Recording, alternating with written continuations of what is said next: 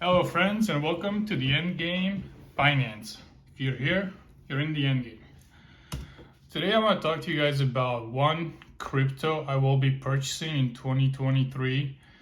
Now I know crypto has been down across the board, pretty much slumping everywhere.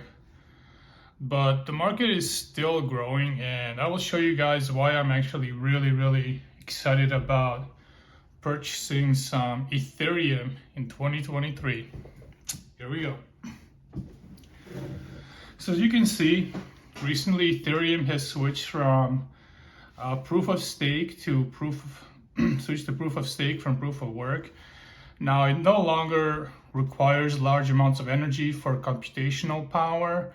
Instead of energy intensive mining that's been going on, now there's been a switch to validators, which are basically people that lock up their own coins in the ecosystem and they confirm transactions that are happening on the network. If they happen to cheat or do something mischievous, their coins are taken away and they are removed from the network. So the switch has happened, and as you can see, Ethereum is no longer energy intensive. Now, if you look at Bitcoin energy consumption, it's actually still pretty high. And this may actually lead to ban on mining in some countries that have weak energy grids. Every winter, we know Texas pretty much just collapses under the pressure of heavy weather, and they have rolling blackouts. And this is problematic because Bitcoin has a major mining hub in Texas, for example, which keeps going off the grid. And you can see networks just dropping by 20-30% in hash rate, which is a measurement used to see how secure the network is. So every winter, there's a huge just downfall in the network because these miners cannot keep their machines on because there's not enough energy to heat up the cities and towns, and also at the same time manage getting all these machines to work and use all this energy for computational power to solve mathematical equations which translate into transactions.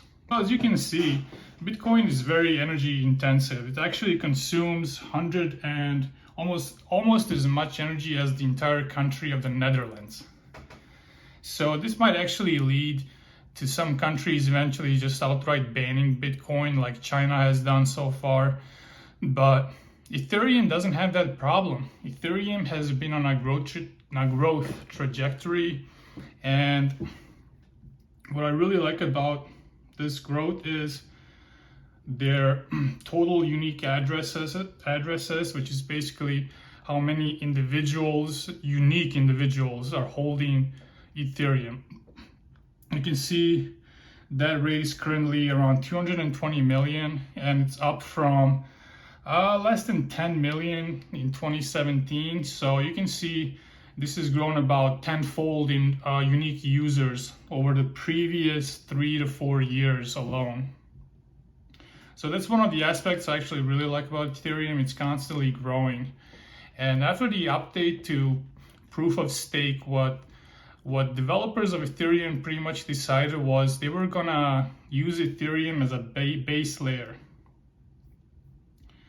So basically Ethereum will be a settlement layer, so pretty much every other blockchain will use them as security. So these other blockchains will do their own thing, they will do their own transactions and computations, and eventually just record that on Ethereum. As you can see, Ethereum daily transactions have been consistently in the millions of every single day, so there's millions and millions of transactions happening.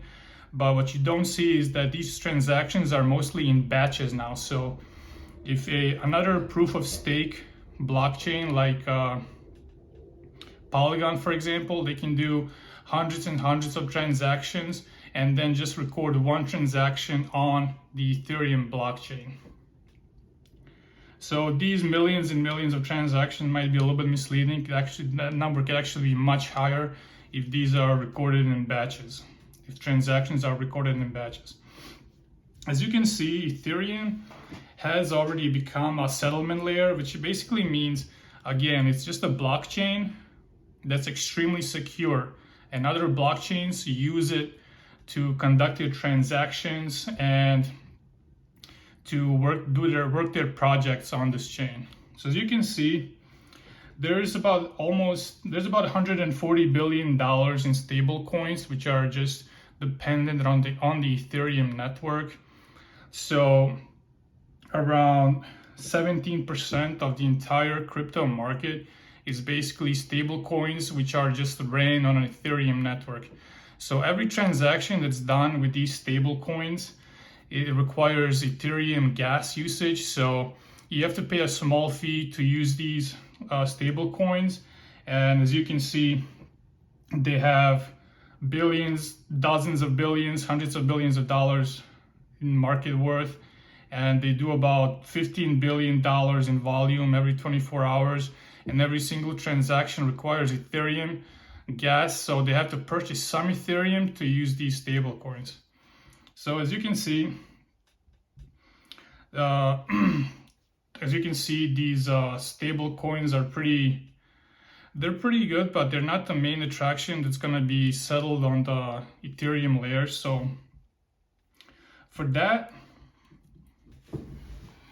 settlement, we look at L2s. L2s are basically layer 2 chains. So they're just chains that do all their transactions on their own chain and just record the results on the Ethereum network, which is extremely secure.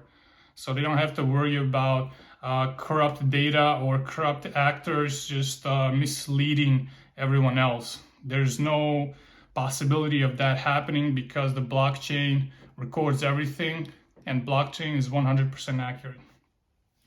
So another reason I really like Ethereum is all the side chains. So basically all these other companies like Polygon, for example, they're using Ethereum for settlement of their transactions. And you can see Polygon has had massive sponsorships lately. Reddit, for example, has rolled out their Reddit avatars, and they made about 200 million new Polygon wallets. And the beauty of this thing is most people don't even know they're using blockchains or NFT when they're using Reddit avatars. They just kind of got the image, got the picture, and they're using it, but they're not really aware they're using crypto. So Reddit has onboarded about 200 million people onto crypto through Polygon proof of stake chain. And Polygon is based on Ethereum. So you can see everything always goes back to Ethereum. So when people make transactions on Polygon, eventually to settle those transactions on an Ethereum chain, they pay a small fee. So you can see a theme of pretty much everybody paying a small fee to use Ethereum. And that's what Ethereum developers actually had in mind. They wanted to build a secure chain and just have everyone else use it, just pile on top of it and use that security for innovation. So for example, Polygon has also made partners with the NFL. They also made partners with Starbucks. So this is a growing industry that always goes back to Ethereum. So besides Polygon, you can see other examples are Arbitrum. They have consistently increased users to and now they have about 300,000 to 500,000 daily transactions, and Arbitrum again is layer 2, so it all gets settled back down on Ethereum. You can also see with Optimism is another side chain, another layer 2, so you can see growing daily transactions, breaking 500,000 per day, and these Arbitrum and Optimistic chains are all based on Ethereum, so they all pay fees to settle those transactions on an Ethereum layer, on the Ethereum blockchain. And one really exciting part about Ethereum NFTs is basically these concert tickets, venue tickets, mortgages, everything else will move on to blockchain where it stays forever and can be viewed and verified by pretty much everyone.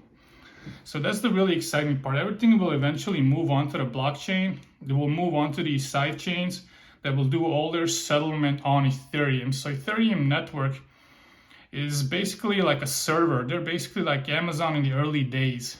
They're the internet of the early days. Buying Ethereum now is basically like buying internet in the early 90s before the huge explosion. And we already saw Ethereum is actually exploding in usage with all these side chains, layer 2s, and pretty soon they will be utilizing what's called ZK rollups, which is basically thousands or tens of thousands of transactions just compressed into one and put onto the blockchain. So in the future, I see Ethereum basically paying out a huge dividend because all these side chains are using Ethereum for settlement and they have to pay a small fee to use that settlement.